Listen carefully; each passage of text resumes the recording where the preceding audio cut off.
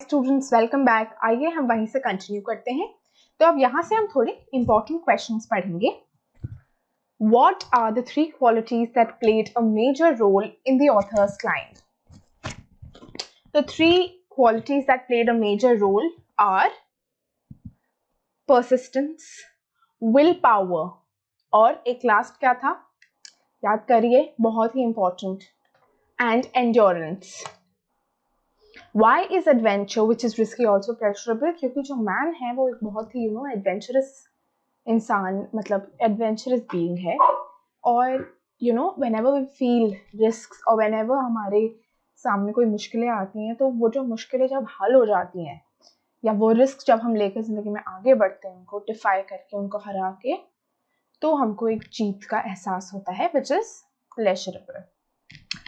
What was it about Mount Everest that the author found irresistible? तो ऐसी कौन सी चीज़ थी जिसकी वजह से माउंट एवरेस्ट बिल्कुल मतलब ऑथर की तरफ से रहा नहीं गया? क्यों? क्योंकि वो सबसे हाईएस्ट माउंटेन था, ठीक है, उससे ऊपर कुछ नहीं है, इट्स द हाईएस्ट माउंटेन। और जो ऑथर है वो बहुत ही एडवेंचरस है, जो ऑथर है वो बहुत ही ऐसा उसको लगता है कि मुश्किलें हल करने में उसको मज़ा आती है, इसीलिए माउंट एवरेस्ट ऑथर के लिए एकदम ही इररेसिस्टिबल था। One does not do it for fame alone. What does one do it for really? मतलब कोई पहाड़ जो इंसान है वो फेम यानी फेमस होने के लिए नहीं चढ़ता है अकेले। क्यों चढ़ता है? क्योंकि उसके अंदर पैशन होता है, उसके अंदर ड्राइव होता है वो करने का, ठीक है, उसको पसंद होता है पहाड़ चढ़ना, उसको एडवेंचर करना पसंद होता है, ठीक है, उसके अंदर विल पावर होती है चढ़ने की। तो ऐसा बहुत अच्छा सा लंबा टेक्स्ट टू टेक्स्ट आंसर लिख सकते हैं। Question 5. He becomes conscious in a special manner of his own smallness in the large universe. This awareness defines an emotion mentioned in the first paragraph. What is the emotion? मतलब इंसान जो है अपनी उसको समझ आ जाता है कि वो कितना एक छोटी चीज है इस बड़े से ब्रह्मांड में, ठीक है। अब पहले पैराग्राफ में याद करिए एक इमोशन जो है बताया था ऑथर ने कि उसको फील हुआ था, क्या था? ह्यूमिलिटी, ठीक है, तो इसको कहते हैं humility. What were the symbols of reverence left by the members of the team on the Everest? तो आलूवालिया जी ने क्या छोड़ा था, लेखक ने क्या छोड़ा था? गुरु नानक जी की पिक्चर, ठीक है। रावत जी ने क्या छोड़ा था? गॉडेस दुर्गा की पिक्चर। एडवर्ड क्रेन ने क्या छोड़ा था? क्रॉस। और जो डेजन था उसने क्या छोड़ा था? Buddha. What according to the writer did his experience as an Everest teach him? तो एज एन एवरेस्ट यानी एवरेस्ट को क्लाइंब करने के बाद ऑथर ने क्या क्या सीखा या क्या क्या एक्सपीरियंस हुआ? उसने यही सीखा कि जितनी भी लाइफ में प्रॉब्लम्स आए उनको हम ओवरकम कर सकते हैं अगर हमारे अंदर एंड्योरेंस, विल पावर और परसिस्टेंस हो। और लाइफ में केवल जो दिमाग होता है वो सबसे बड़ा समेट होता है। एक बार अपने दिमाग को काबू में कर लीजिए, उसको कंट्रोल में कर लेंगे तो आप जिंदगी में कहीं भी आगे बढ़ सकते हैं। आइए अभी क्विक सा रिविजन करते हैं। लेखक माउंट एवरेस्ट पर चढ़ने पे अपने व्यक्तिगत अनुभव का वर्णन करता है, जिसमें विभिन्न प्रकार की भावनाओं का वर्णन किया गया है जो शीर्ष पर पहुंचने पर होती हैं। तो इस कहानी में लेखक जो है वो अपनी भावनाओं को विभिन्न प्रकार से वर्णन करते हैं जो उनको छोटे या शीर्ष पर पहुंचने पर होती हैं। वह इस पर चिंतन करना शुरू करता है कि उन्हें माउंट एवरेस्ट पर चढ़ने का विकल्प क्यों चुना, और फिर मुख्य प्रश्न पूछता है कि लोग पहाड़ पे क्यों चढ़ते हैं। तो वही भी बोलता है कि मैं आपको बताता हूँ कि मैं क्यों ये वाला पहाड़ चढ़ना चाहता था, लोग क्यों पहाड़ चढ़ना चाहते हैं। लेखक का मानना है कि मनुष्य जो है कठिन कार्यों को करने में सक्षम होने में आनंद लेता है, ठीक है, जो उन्हें धीरज, दृढ़ता और इच्छा शक्ति साबित कर देती है। तो ये 3 चीजें जो है, जब कोई भी काम इंसान की 3 चीजें जो है साबित करती हैं, वैसे काम करने में मनुष्य को बहुत मजा आती है। उनका यह भी मानना है कि जब आप पहाड़ पर चढ़ते हैं तो आध्यात्मिकता प्राप्त होती है, विशेष रूप से एवरेस्ट जितना शक्तिशाली। मतलब जब आप पहाड़ पे चलते हैं तब आपको पता चलता है कि जो इंसान है वो ब्रह्मांड के कंपैरिजन में कितना छोटा इंसान, कितना छोटी चीज है। वास्तविक शिखरों के अलावा लेखक का कहना है कि हर इंसान के भीतर एक शिखर होता है। उनका दिमाग वह शिखर होता है जिसे उसे जीतना होता है। तो मैंने आपको ये पहले ही बता दिया था कि जो इतने सारे वास्तविक शिखरों से अलग जो है लेखक, सबके अंदर एक शिखर होता है, वो है हमारा दिमाग।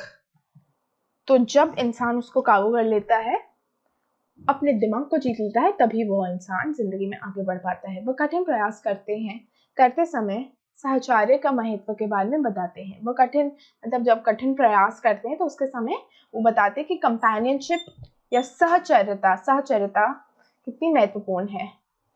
अब हम आइए आपका दूसरा चैप्टर या दूसरा पार्ट शुरू करते हैं, द स्कूल बॉय। आइए सबसे पहले हम कवि के बारे में जानते हैं। विलियम ब्लेक एक अंग्रेजी कवि थे जिन्होंने ज्यादातर रोमांटिक कविताएं लिखी। वे सबसे अधिक मासूमियत और अनुभव की गीतों और the marriage of heaven and hell के लिए जाने जाते हैं। तो जो विलियम ब्लेक है वो एक अंग्रेजी कवि हैं जो रोमांटिक पोएट कविताएं लिखते थे। वो सबसे ज्यादा अधिक मासूमियत और अनुभव की गीतों और the marriage of heaven and hell के लिए जाने जाते हैं। आइए अब हम सबसे पहले कविता का विषय जान लेते हैं। एक बच्चे एक दृष्टिकोण से बताई गई यह कविता व्यसंकों द्वारा निर्मित प्रणालियों से मुक्ति के लिए एक बच्चे की लालसा के बारे में है। बच्चे पक्षियों की तरह हैं और व्यसक दूर का शिकारी है जो उन्हें पकड़ने और पिंजरों में डालने की प्रतीक्षा करते हैं। तो बेसिकली ये जो पोयम है ये एक बच्चे के दृष्टिकोण से बताई गई है कि कैसे एक बच्चा जो है स्कूल में अपने आप को एक पिंजरे में जैसे एक चिड़िया होती है वैसा समझता है। तो कवि ने यही प्रतीक्षा करी है कि वह अच्छे से समझा पाए कि जैसे जो पक्षियों को पिंजरों में डालने के लिए शिकारी पकड़ते हैं, वैसे ही कैसे ये बच्चा बेचारा स्कूल में अपने आप को कैद पाता है।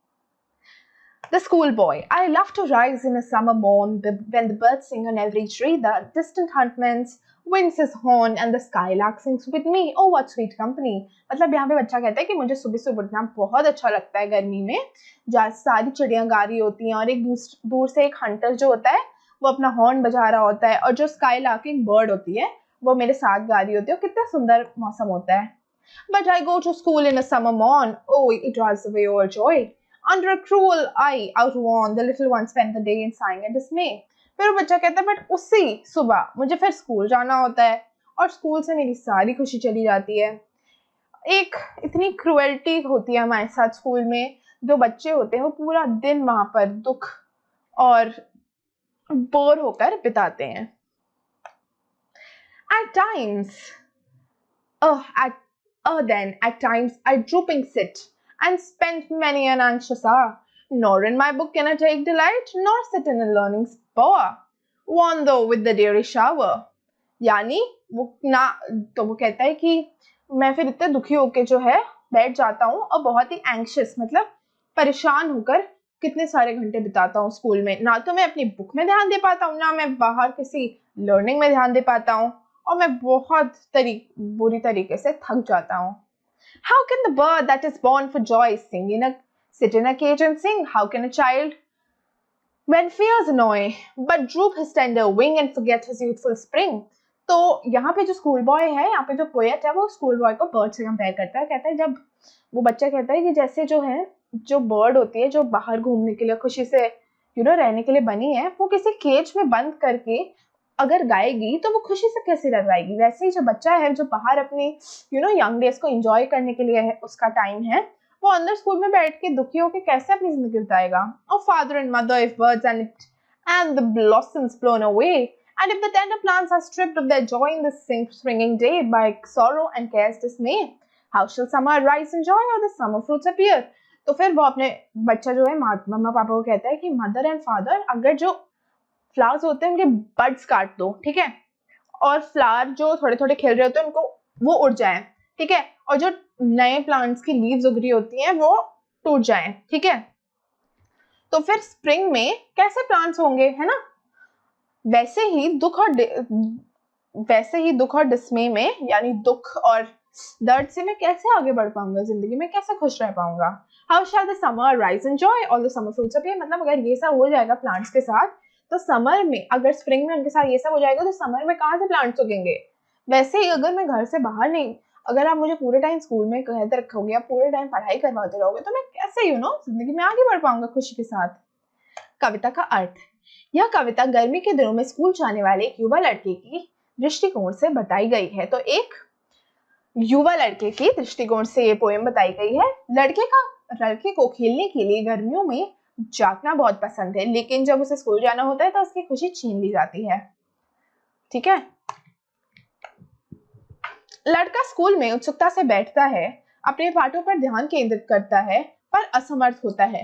वह अपने माता पिता को संबोधित करते हुए उनसे पूछता है कि व्यसनों द्वारा बनाई गई सख्त व्यवस्था में रहने के लिए मजबूर होने वाले बच्चे कैसे खुश हो सकते हैं। मतलब जब वो स्कूल जाता है तो वो कोशिश करता है कि मतलब वो अच्छे से बैठे, ठीक है, पढ़ाई करने की कोशिश करे, बट उसका ध्यान ही नहीं लगता, ठीक है, ध्यान लगाने में असमर्थ होता है। फिर वो अपने माता पिता को संबोधित करते हुए पूछता है कि इतने ज्यादा स्ट्रिक्ट, इतने ज्यादा सख्त व्यवस्था में कोई बच्चा जो है मजबूरी के कारण ही बैठ सकता है, खुशी के कारण तो कभी नहीं बैठ सकता।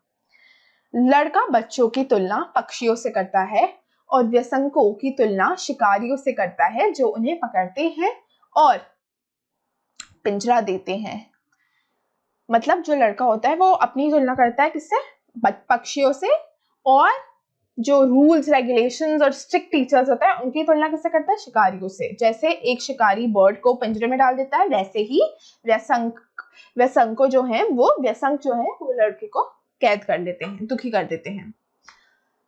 अपने प्रारंभिक जीवन में स्वतंत्रता के बिना बच्चे कभी भी वास्तव में खुश नहीं हो सकते। लड़का अपने माता पिता से कहता है, मतलब अपने प्रारंभिक जीवन में बिना स्वतंत्रता के कोई भी बच्चा खुश नहीं हो सकता है, ये अपने माता पिता को बच्चा बताता है। आइए महत्वपूर्ण शब्द देखें। मॉर्न यानी सुबह, स्काईलार्क एक प्रकार का पक्षी, बावर एक छायादार स्थान, ठीक है, निब्ड यानी प्रारंभिक अवस्था में नष्ट, स्ट्रिप्ड छीनना, जिसमें चिंता या संकट। Find 3 or 4 phrases in stanza 1 that reflect the child's happiness and joy. अब ये जो है ये बहुत ही, जैसे पोएम्स में आपको पता है टेक्स्ट टू टेक्स्ट आंसर देने पड़ते हैं, तो आप देखें कि क्या क्या उसकी हैप्पीनेस और जॉय को एक्सप्लेन करते हुए था। तो जैसा कि मैंने यहाँ पे फर्स्ट पैराग्राफ लिखा दिया, love to rise in a summer, मतलब उसे सुबह उठना बहुत पसंद है, हर जगह कविताएं जो बर्ड्स होती हैं वो गा रही होती हैं, ठीक है, उसके साथ चिड़िया भी गाना गा रही होती है और उसको ये कंपनी बहुत पसंद है। तो ये सब आपको बताती है क्यों वो खुश होता है सुबह सुबह, ठीक है। आइए अब नेक्स्ट क्वेश्चन पे चलते हैं। In stanza 2 the mood changes. Which words or phrases reflect the changed mood? ये फिर से अब आपको जाके second paragraph of the poem में देखना होगा, ठीक है। आइए देखते हैं। But to go to school in a summer morn, मतलब सुबह स्कूल जाने से उसको समर मॉर्निंग में बहुत दुख चला जाता है, ठीक है, और इतनी ज्यादा स्ट्रिक्ट रूल्स की वजह से वो बहुत दुखी और सैड होकर अपनी बताता है, उसको बिल्कुल भी स्वतंत्रता नहीं होती है और वह टेंशन और दुख में अपना दिन गुजारता है। और यहाँ पे आपको जितने भी दिख रहे हैं ये पूरे आपको लाइन टू लाइन लिखने होंगे विद एक्सप्लेनेशन इस आंसर में, ठीक है। आइए आगे बढ़ते हैं। तो अब हम नेक्स्ट उस पे चलते हैं। अब आपको एक क्विक सा रिवीजन करा देते हैं, ठीक है। एक छोटा लड़का इस बारे में बात करता है कि वह गर्मियों से कितना प्यार करता है और मौज मस्ती करता है, लेकिन वह स्कूल जाने से निराश हो जाता है। तो वो गर्मियों से बहुत प्यार करता है और मौज मस्ती करना उसको बहुत पसंद है छोटे लड़के को, लेकिन स्कूल से वो बहुत निराशा परेशान हो जाता है। वह बच्चों की तुलना पक्षियों से करते हुए कहता है कि वह आजाद होनी चाहिए, मतलब बच्चे आजाद होने चाहिए, बच्चों को स्वतंत्रता होनी चाहिए, लेकिन उन्हें स्कूल में बंद करके गाने के लिए मतलब उनको स्कूल में बंद करके जबरदस्ती पढ़ाया जाता है, जबरदस्ती उनसे काम करवाया जाता है। जब कोमल बालक हमेशा चिंतित रहता है तो वह अपनी जवानी खो देता है और आनंद में व्यतीत करना चाहिए। मतलब जब जो बालक होते हैं, जो छोटे बच्चे होते हैं, जब वो इतनी ज़्यादा उनको काम का प्रेशर और टेंशन होता है तो अपनी पूरी जवानी बिता देता है, जबकि उसको आनंद और मज़े में अपनी जवानी व्यतीत करनी चाहिए। फिर वह बच्चों की तुलना पौधों से करते हुए कहता है कि अगर कलियां को काट दिया जाए तो वे नहीं खिलेंगी। मतलब जैसे बच्चों को अगर बंद कर दिया जाए, उनका रोक दिया जाए, उनको जो उनको करने पसंद है तो वो आगे नहीं बढ़ पाएंगे। वैसे ही जैसे पौधों की अगर कलियां काट दी जाए तो वो क्या खिल नहीं पाएंगे। यदि उन्हें अपने जीवन के वसंत में पोषण नहीं दिया जाता तो बच्चे भविष्य में आनंद खो देंगे और दुखी हो जाएंगे। तो यहाँ पे बच्चा कहता है कि अगर उनको अभी स्वतंत्रता पोषण नहीं दिया गया तो आगे शायद वो बच्चे आनंद खो देंगे और दुखी रहेंगे जिंदगी भर। इसी के साथ आपकी ये पूरा चैप्टर खत्म होता है। आशा करती हूँ आपको सब कुछ समझ आया होगा।